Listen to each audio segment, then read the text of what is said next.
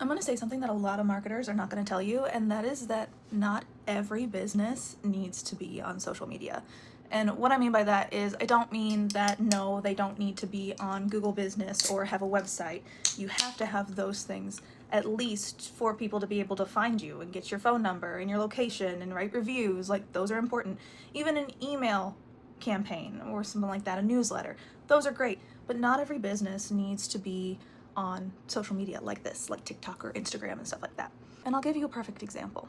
So I've worked with loan officers and real estate agents for probably about 6 or 7 years now, and some of them have been doing it longer than I've been alive, and some of them are brand new. Now, the ones who are brand new, I'm going to push hard to be on social media, to get out there, to be present, because they're building their referrals. If you are in a referral-based business and you've only been doing it for a little bit of time, like say a decade or less, you need to build your referrals up hard. However, if you've been doing this since they had the actual books that you had to go through for houses before Zillow ever existed, you probably have a really good referral base that spans decades of generational wealth.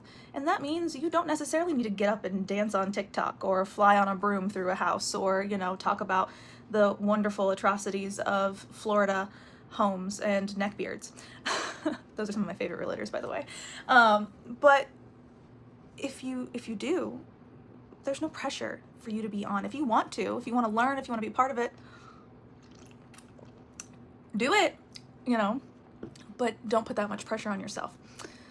My ex-boss used to try to force every loan officer that came through the building to use me for my services. He used to try to force them to pay out of their personal P&L for me. Now, mind you, I didn't see that money. I was paid a salary, but he made a huge profit off of me, and I didn't find that out until later, so joke's on me.